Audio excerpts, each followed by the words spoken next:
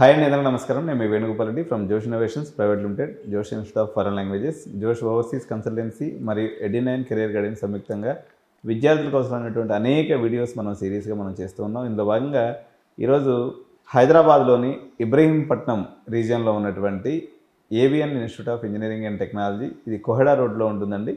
So ఈ కాలేజీకి సంబంధించినటువంటి TPO, training and placement officer and heart of the any engineering college. So Kaparthi his name, Kaparthi sir తోటి మనం ఉన్నాము.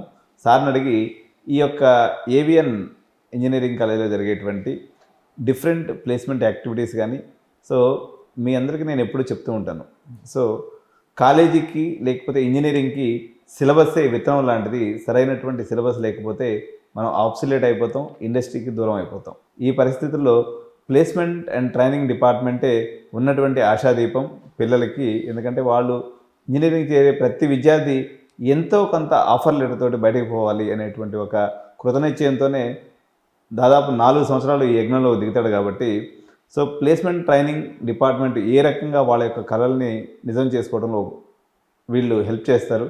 సో ఏవిఎన్లో ఈ ట్రైనింగ్ డిపార్ట్మెంట్ ఎంత స్ట్రాంగ్గా ఉంది, ప్లేస్మెంట్ సెల్ అనేది కపర్తి సార్ అనేది మనం తెలుసుకుందాం.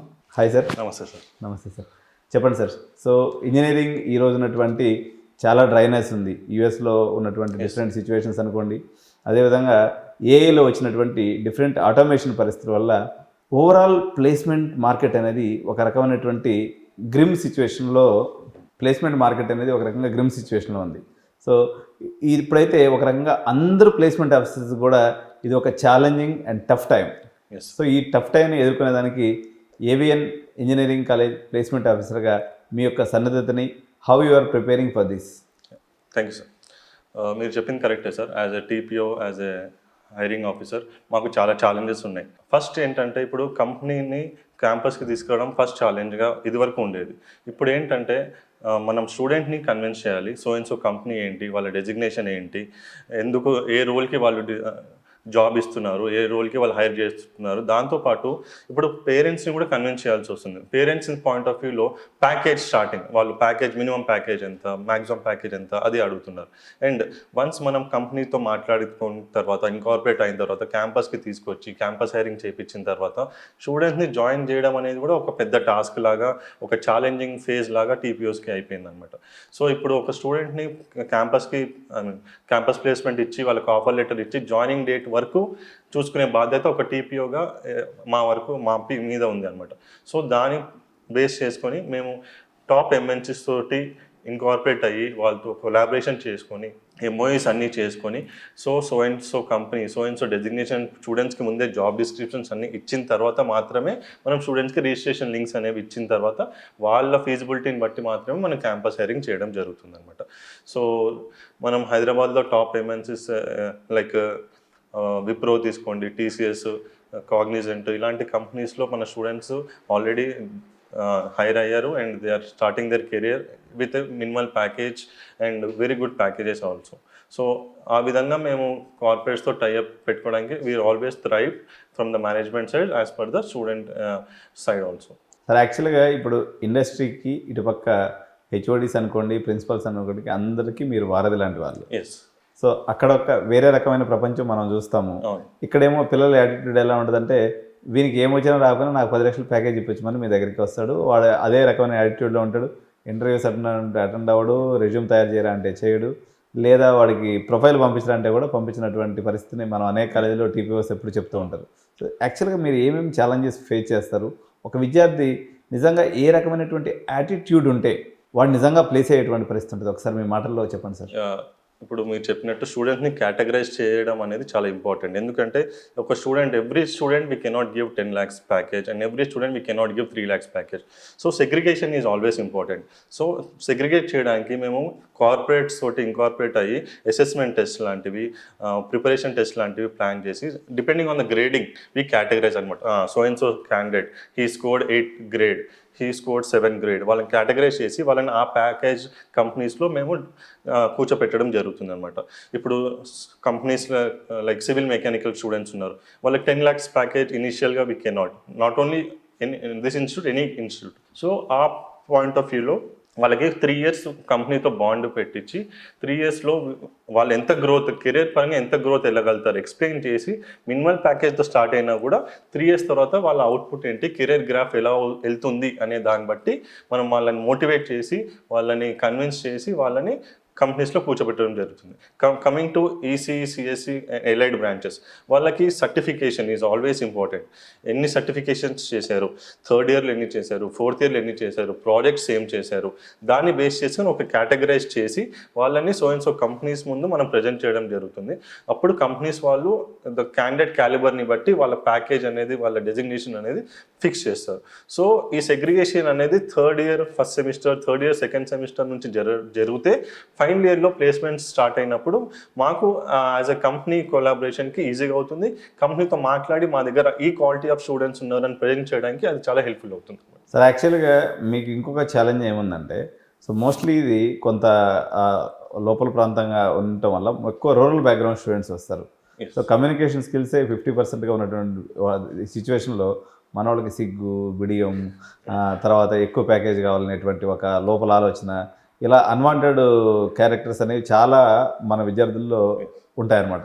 సో వీటన్నిటిని పారద్రోలవలసినటువంటి బాధ్యత, లేకపోతే వీటిని దూరం చేయవలసినటువంటి రెస్పాన్సిబిలిటీ మీ మీద ఉంటుంది. So how you act according? మీరు చెప్పింది exactly correct sir. Rural background నుంచి స్టూడెంట్స్ వస్తారు డెఫినెట్గా. కొంతమందికి లాంగ్వేజ్ బ్యారియర్ ఉంటుంది, కొంతమందికి స్టేజ్ ఫియర్ బ్యారియర్ ఉంటుంది. సో ఇలాంటి టైంలోనే టెక్నికల్ ట్రైనింగ్, సిఆర్టీ ట్రైనింగ్ అనేది చాలా ఉపయోగపడతాయి అనమాట. మనం ఇన్హౌస్ ట్రైనర్స్ ఉంటారు మా దగ్గర. ఫస్ట్ ఇయర్ నుంచి హెచ్ఎండ్ఎస్ డిపార్ట్మెంట్తో పాటు జేఎన్టీయూ కరికులంతో పాటు ఎక్స్ట్రా ఇంగ్లీష్ కమ్యూనికేషన్ ట్రైనింగ్స్ అనేవి ఇస్తారు. అందులో ఓన్లీ టైపింగ్ కాకుండా హియరింగ్ కూడా వాళ్ళకి ల్యాబ్స్లో ప్రొవైడ్ చేసి, హియర్ అంటే స్పీచ్ టు హియర్, వాళ్ళు మాట్లాడింది విని స్పీచ్ చెప్తే వాళ్ళు కరెక్ట్ చేస్తుంది సిస్టమ్. ఆ సాఫ్ట్వేర్స్ ఇన్కార్పొరేట్ చేసి వాళ్ళకి ఫస్ట్ కమ్యూనికేషన్ మీద గ్రిప్ తీసుకొని రావాలి. తర్వాత సెకండ్ ఇయర్స్ నుంచి వీ కండక్ట్ సెమినార్స్. ప్రతి క్లాస్లో ప్రతి 15 డేస్కి ఒక సెమినార్ కండక్ట్ చేసి స్టూడెంట్స్కి టాపిక్స్ ఇచ్చి వాళ్ళ టాపిక్స్ మీద స్టేజ్ మీద వచ్చి ప్రెజెంటేషన్ ఇవ్వాలి. అది వాళ్ళు ప్రెజెంటేషన్ చేయడానికి హెల్ప్ఫుల్ అవుతుంది, స్టేజ్ ఫియర్ పోవడానికి కూడా హెల్ప్ఫుల్ అవుతుంది. ఇవన్నీ ఇన్కార్పొరేట్ చేయడం వల్ల వాళ్ళు సెకండ్ ఇయర్ కంప్లీట్ అయ్యేసరికి some extent they are ready to take the technical training. అప్పుడు వాళ్ళు కంపెనీ స్పెసిఫిక్ ట్రైనింగ్కి ఎలిజిబుల్ అవుతారు. దెన్ థర్డ్ ఇయర్ మొత్తం కంపెనీ స్పెసిఫిక్ ట్రైనింగ్ అయిన తర్వాత fourth year we take to the placement. So ఇది 4 ఇయర్స్ ప్రోగ్రామ్ లాగా, ఛాలెంజ్ లాగా మేము తీసుకొని first 2 years communication, stage fear and then technical training in terms of department and then fourth year placements, ఇలా categorise చేయడం వల్ల కొంతవరకు మనం ఈజీగా స్టూడెంట్స్లో ఒక రీచ్ అనేది తీసుకెళ్ళగలం. ఓకే, జనరల్గా మీ టీం ఎంతమంది ఉంటారు సార్? యాక్చువల్గా మీ యొక్క ఎలా కోఆర్డినేషన్ ఉంటుంది, ఎలా మీ యొక్క కష్టం ఉంటుంది, ఒకసారి చెప్తారా? Sir management is very supportive in this aspect. In terms of infrastructure కానివ్వండి, ఇన్ టర్మ్స్ ఆఫ్ ప్లేస్మెంట్స్ కానివ్వండి. ఇప్పుడు నేను as a TPO and team ఉన్నారు, మధు సార్ ఉన్నారు అండ్ శ్రీనివాస్ సార్ ఉన్నారు. మేమందరం కూర్చొని అసలు కంపెనీ బ్యాక్గ్రౌండ్ చెక్ చేసి వాళ్ళని ఏ ప్యాకేజ్లో స్టూడెంట్స్ని ఇస్తున్నారు, అసలు where is the company located, వాళ్ళ హిస్టరీ అన్నీ తెలుసుకొని అప్పుడు వాళ్ళతో కమ్యూనికేట్ అయ్యి ఇన్ ఫిజికల్, ఇన్ క్యాంపస్ ఎక్కడైనా మీటింగ్స్ చేస్తాం. వాళ్ళ కంపెనీకి వెళ్ళి మీటింగ్స్ చేసి వాళ్ళతో college so and so students ఉన్నారు, మా దగ్గర సర్టిఫైడ్ స్టూడెంట్స్ ఉన్నారని చెప్పి వాళ్ళని మాట్లాడి కన్విన్స్ చేసి కంపెనీ హైరింగ్స్కి తీసుకొని వస్తాం. ఇప్పుడు వాళ్ళు వచ్చినప్పుడు it's not that we rely on some particular number. One company at least they have to hire at least 2 students అనేది మా ఎజెండా, మినిమం టు మినిమం. ఎందుకంటే ఇప్పుడు కంపెనీని తీసుకొచ్చి స్టూడెంట్స్ని హైర్ చేయకుండా పంపించడం it's not correct. And even students point of వ్యూలో డీమోటివేషన్ కింద డీమోటివేట్ అవుతారు. కాబట్టి at least 1-2 students, good students they have to pick అనేది మా ఎజెండా. అండ్ మేము కంపెనీ వచ్చే 2 డేస్ ముందు నుంచి కూడా స్టూడెంట్స్కి కంపెనీ డేటాబేస్ ఇచ్చి వాళ్ళు ఏంటి వాళ్ళు తెలుసుకోండి, మీరు వెబ్సైట్స్లో వెళ్ళి ఒక కంపెనీ ఏంటని మొత్తం బ్రీఫింగ్ ఇచ్చి వాళ్ళని 2 డేస్ ముందు నుంచి ప్రిపేర్ చేస్తాం అనమాట. So in terms of roles కానివ్వండి, ఇన్ టర్మ్స్ ఆఫ్ వాళ్ళ జాబ్ డిస్క్రిప్షన్ కానివ్వండి, ప్రిపేర్ చేయడం వల్ల అట్లీస్ట్ కంపెనీ వాళ్ళు వచ్చి ప్రెజెంటేషన్ ఇచ్చినప్పుడు student has to answerable to the HR అనమాట. So then they will feel they are good to go the students అనమాట. సో అప్పుడు that help for them to hire the students. Sir ప్రతి student కాలేజీకి ఆస్తే, yes, అంటే college యొక్క ప్రొడక్టే.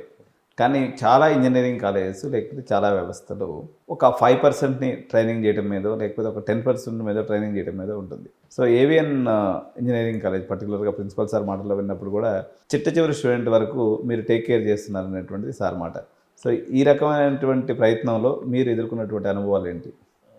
Correct sir. ఇప్పుడు ఇందాక చెప్పినట్టు స్టూడెంట్ని కేటగరైజ్ చేస్తాం అసెస్మెంట్స్ ద్వారా అని చెప్పాం కదా. అందులో లో గ్రేడ్ వచ్చిన వాళ్ళని ఫస్ట్ వాళ్ళని మేము పిలిపించి కౌన్సిల్ చేసి వేర్ దే ఆర్ ల్యాకింగ్ అనేది చూసి దెన్ వాళ్ళకి సపరేట్గా ఇన్కార్పొరేట్ చేసి ఏమైనా ట్రైనింగ్స్ చేయొచ్చా ఆఫ్టర్ ద కాలేజ్ అవర్స్ అయినా సరే, ఇన్ కాలేజ్ అవర్స్ అయినా సరే, అట్లీస్ట్ వీక్లీ 8 to 10 అవర్స్ సపరేట్గా వాళ్ళ కోసం కేటాయించి అసెస్మెంట్స్ కానివ్వండి, ప్లాట్ఫామ్స్ కానివ్వండి వాళ్ళ చేత రిజిస్టర్ చేపించి there are n number of platforms in the market ఫ్రీగా provide they can use and also pay చేసేవి కూడా ఉన్నాయి. సో వాళ్ళ చేత రిజిస్టర్ చేయించిన తర్వాత వాళ్ళు మానిటరింగ్ చేస్తాం, డే టు డే మానిటరింగ్ అనేది ఉంటుంది. సో మా టీం మొత్తం మానిటర్ చేసిన తర్వాత వాళ్ళు 1 monthలో ఎంత ఇంప్రూవ్మెంట్ వచ్చింది, 3 monthsలో ఎంత ఇంప్రూవ్మెంట్ వచ్చింది, ఇంప్రూవ్మెంట్ రాకపోతే what best we can do in next terms. So అలా స్టెప్ బై స్టెప్ ఎనాలిసిస్ చేసిన తర్వాత we can see some change in the student. ఒక స్టూడెంట్లో చేంజ్ వచ్చిందంటే ఆటోమేటిక్గా వాళ్ళ ఫ్రెండ్ కూడా అరే వీడు చదువుతున్నాడు, నేను కూడా ఫాలో అయితే నాకు కూడా బెటర్ ప్లేస్మెంట్ రావచ్చు అనే పాయింట్ ఆఫ్ వ్యూలో ఒక స్టూడెంటే ఇంకో స్టూడెంట్ని మోటివేట్ చేయగలుగుతాడు. సో మనం చివరి స్టూడెంట్ని పట్టుకున్నప్పుడు ఆటోమేటిక్గా other students also get motivated అనేది what we believe in that. Okay, so వాళ్ళలో కానీ మనం ధైర్యాన్ని నింపగలిగితే ఆటోమేటిక్గా మిగిలిన పిల్లలు కూడా ధైర్యంగా ముందుకెళ్ళేటువంటి పరిస్థితి ఉంది. సార్, యాక్చువల్గా ప్రపంచం అంతా కొత్త టెక్నాలజీస్తో, ఒక పక్క ఏఎంఎల్ అంటున్నారు, ఇంకో పక్క ఎలక్ట్రిక్ వెహికల్స్ అంటున్నారు, మరో పక్క ఐఓటీ అంటున్నారు, ఇంకో పక్క డ్రోన్ టెక్నాలజీస్ అంటున్నారు. ఇట్లా రకరకాల న్యూ జనరేషన్ టెక్నాలజీస్తో ప్రపంచం దూసుకుపోతున్నటువంటి పరిస్థితుల్లో ఏవియన్ ఇంజనీరింగ్ కాలేజ్ ఈ దశగా ఎటువంటి ప్రయత్నం చేసింది? సో ఏ రకంగా ఈ యొక్క కొత్త జనరేషన్ టెక్నాలజీస్ విషయంలో ఏవియన్ ప్లేస్మెంట్ సెల్ ఏ రకంగా వర్క్ చేస్తుంది? కరెక్టే సార్. ఇప్పుడు day by day we are seeing new technologies are coming in the market, AI, EVs and also embedded systems అని ఇవన్నీ. సో మనము దక్ష డ్రోన్స్ అనే ఒక కంపెనీ తోటి they manufacture drones, they provide drones all across India. It's DGCA approved institute. So వాళ్ళు మా దగ్గరికి వచ్చి 2 days స్టూడెంట్స్కి డ్రోన్ తీసుకొచ్చి ఫిజికల్గా మాకు సెషన్ చేశారు. Interested students they are training and మా స్టూడెంట్స్ 4 members ట్రైన్ అవుతున్నారు. 45 days ఆఫ్ ట్రైనింగ్ ఉంటుంది. సో ట్రైన్ అయిన తర్వాత they are eligible for flying the drone అనమాట. ఆ పైలట్ ట్రైనింగ్ కోసం దే ఆర్ ట్రైనింగ్. సో అది సర్టిఫైడ్ బై DGCA ఇస్తుంది అనమాట. సో ఆ దిశగా కూడా డ్రోన్ టెక్నాలజీని మేము ఇంకార్పొరేట్ చేయడం జరిగింది. కరెంట్ ఫైనల్ ఇయర్స్లో 4 students are getting train in this. So in the by the end of June they will complete this training and they are eligible for pilot accessibility. And coming to EVs, Hindustan EV అనే కంపెనీ తోటి మనం tie up అవ్వడం జరిగింది. So ఇందులో 14 students నోయిడాకి వెళ్ళి training తీసుకోబోతున్నారు. రేపు 10వ తారీఖు వాళ్ళ జాయినింగ్ ఉంటుంది. వాళ్ళు వెళ్ళి అక్కడ ట్రైనింగ్ తీసుకొని 3 నెలలు సర్టిఫై అయిన తర్వాత వాళ్ళకి హైదరాబాద్, తెలంగాణ అండ్ ఆంధ్ర రీజన్స్లో వాళ్ళ అసోసియేట్ అయిన కంపెనీస్, ఈవీ కంపెనీస్కి వాళ్ళకి ప్లేస్మెంట్ ఇవ్వడం జరుగుతుంది. ఆల్రెడీ ప్లేస్ అయ్యారు, వాళ్ళు జస్ట్ ట్రైనింగ్ కోసం అక్కడికి వెళ్తున్నారు. ఇక్కడికి వచ్చిన తర్వాత వాళ్ళది ఏ డెసిగ్నేషన్స్లో వాళ్ళు ప్లేస్ చేయాలనేది కంపెనీ వాళ్ళు డిసైడ్ చేస్తున్నారు. సో ఈ విధంగా వాళ్ళకి ఇన్ హ్యాండ్స్ ఆన్ ఎక్స్పీరియన్స్ అనేది రావడం జరుగుతుంది. ఈ EVs 2-wheeler EVs and 3-wheeler EVs, ఆటోస్కి అండ్ స్కూటర్స్కి ఈ ఈవీస్ అనేవి వాళ్ళు తయారు చేస్తున్నారు. హిందుస్థాన్ ఈవీ కంపెనీ వాళ్ళతో మనం టైఅప్ చేయడం జరిగింది. సార్, ఇప్పుడు ఇంజనీరింగ్ అంటేనే ఒక పక్క భయము, పాతగా ఎప్పటి నుంచో పెంచుకున్నటువంటి ప్రేమ కలగలిపి పేరెంట్స్ బాగా కన్ఫ్యూజన్లో ఉన్నారు. సో ఇప్పుడు కౌన్సిలింగ్, ఎంసెట్ రిజల్ట్స్ కూడా రాబోతున్నాయి. సో ఈ పరిస్థితుల్లో పేరెంట్స్కి మీ స్ట్రైట్ సందేశం as a placement officer of avian engineering college, ఇక్కడ ఆప్షన్స్ పెట్టుకొని లేదా మేనేజ్మెంట్ సీట్ ద్వారా కానీ ఇక్కడికి వచ్చేటువంటి పేరెంట్స్కి మీరు ఏ రకమైనటువంటి భరోసా ఇస్తారు? మీ మాటలో ఒకసారి చెప్పండి సార్. పేరెంట్కి చెప్పదలిచేది ఒకటే అండి. ఇప్పుడు any parent will think of their wards development and career.